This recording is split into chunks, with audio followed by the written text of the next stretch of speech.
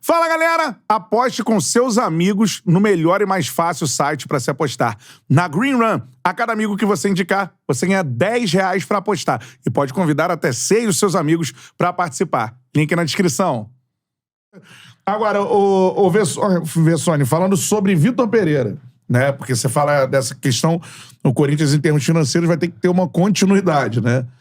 Em relação ao treinador, assim, você vislumbra uma continuidade do Vitor Pereira, independentemente do resultado da Copa do Brasil? No ano que vem ele vai ser o técnico do Corinthians?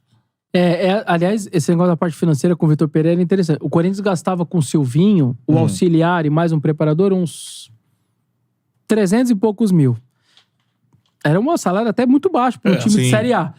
Com essa comissão técnica, Vitor Pereira e 5 portugueses, são 6 portugueses ganhando em euro, o Corinthians pulou mais ou menos para uns 2 milhões e pouco. Então, só essa da parte da comissão técnica realmente é uma diferença muito grande. Né?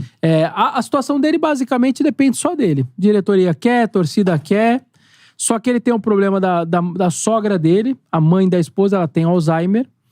E a história é a seguinte, de acordo com os médicos, e isso foi até que ele passou pra gente, até sem ser microfone e nada e tal, a doença que ela tem, a memória afetiva dela toda, que ela existe na cabeça dela, e que ajuda ela de alguma maneira a sustentar a vida dela, é na casinha que ela mora, é no habitat que ela mora, reconhece a cama dela, aquela coisa. E de acordo com ele é o seguinte, você pode dar a melhor casa do mundo em São Paulo pra família e trazer ela pra cá.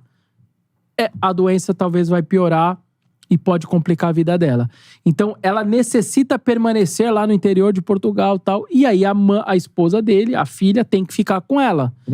E não pode vir ao Brasil, porque ela tem que permanecer dando suporte pra mãe, que é sogra dele. Então, ele tá nessa situação, só disse que precisa conversar e tudo mais. Ele falou assim, eu sei o que eu quero, eu só preciso ver se é possível. Então, quando ele fala eu só sei o que eu quero, é da permanência. Ele também percebeu que aqui, por mais que seja um calendário de maluco, por mais...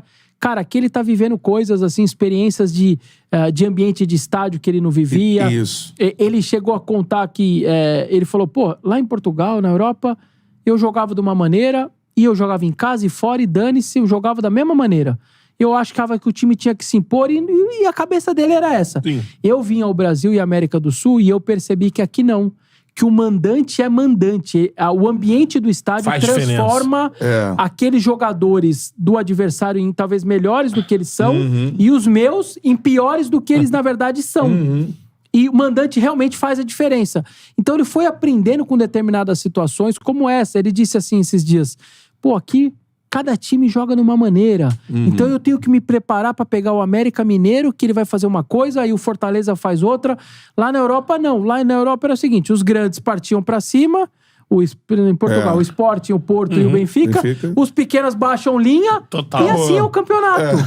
E aqui não. Aqui o América Mineiro subiu a marcação em cima de mim, dentro da minha casa. E eu tive que me virar com eles. Aí o Fortaleza e não sei o quê. Vai pra dentro. E ele falou que até no entendimento dele, da comissão, é muito difícil conviver com o futebol brasileiro nisso tudo. Então, assim, você vê claramente um cara... E ele é um cara muito... Ele é sanguinário no seguinte sentido, de bater de frente com o torcedor e de cobrar. E ele adora esse tipo de coisa. Ele respira com cobrança. Ele respira de clube popular. Ele falou, eu não conseguiria trabalhar num clube... Sem cobrança. Completamente sem cobrança. Isso me faz bem. Tem gente que não gosta, mas pra mim me faz bem. Tira ele da zona de conforto. Então, cara, ele adora o clube, adora o ambiente do estádio, adora o torcedor, adora a maneira que o clube se porta. Diz ele que tem todo o suporte do planeta lá no CT, que ninguém enche o saco dele, que a diretoria também deixa ele trabalhar, que é difícil ter suporte, que normalmente o diretor, o presidente chama ele, como aconteceu lá na Arábia, que o cara que era o tradutor dele, ele foi fazer reclamação dos jogadores, aí o tradutor falou, aqui você não pode reclamar. Ele falou, não, eu tô dando entrevista, eu tenho que dar minha opinião. Não, aqui você não vai. E tudo isso ao vivo, as câmeras transmitindo. E aí viralizou esse vídeo até pra mostrar a personalidade dele. Ele falou, não, aqui, ou eu falo, ele levantou e foi embora, porque, ou seja, as pessoas queriam intrometer. Aqui ele fala o que pensa, aliás, ele tem uma sinceridade até muito acima... Milionário, Vitor Pereira. Não, do normal, é isso. E ele até falou que ele errou nessa frase dele e tal. Mas é assim, ele é um cara que chega no microfone e fala, vocês não vêm cobrar título brasileiro de mim, não. Cobra de quem tem tem dinheiro, estrutura e trabalho pra isso. Falando de Palmeiras e Flamengo, né?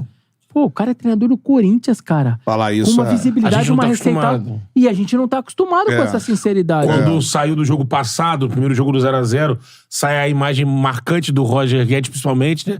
Reclamando, né? Na coletiva, fala com ele e fala assim: Ô, Vitor, o Roger saiu meio puto, né? Quer jogar. Ele, quer jogar? Mas pra jogar tem que marcar, tem que correr, tem que recompor. Ele não aguentava mais fazer. Aí perguntou, você tirou o Roger Guedes ou o Renato? Não, eu gosto muito dele, mas eu gosto mais do Corinthians. E tirei mesmo. E não tá nem aí. E acabou. O Oscar participou de um podcast um tempo atrás e ele contou que na China teve um jogo, o Vitor, eram, sei lá, 6 estrangeiros.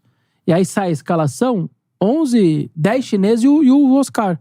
E o Oscar tinha uma resenha com ele, intimidade. Falou, ô Vitor, aqui na China, esse monte de estrangeiro vai ficar no banco, porque lá faz diferença o estrangeiro, né? Eles são muito diferentes. Sim. Você vai me colocar com 10 chineses e eu no gol, e esse monte de estrangeiro no banco? Põe os caras pra jogar. Não estão treinando, não estão se dedicando, vai jogar você. Mas vai jogar, sim, vai jogar você, é chinesada, se vira. Eles estão treinando, aqueles ali não vão treinar. Caraca. Ou seja, ele abriu mão dos estrangeiros que tecnicamente na São China muito melhores, são né? muito melhores, porque os caras não se dedicavam e com ele não tem conversa, cara.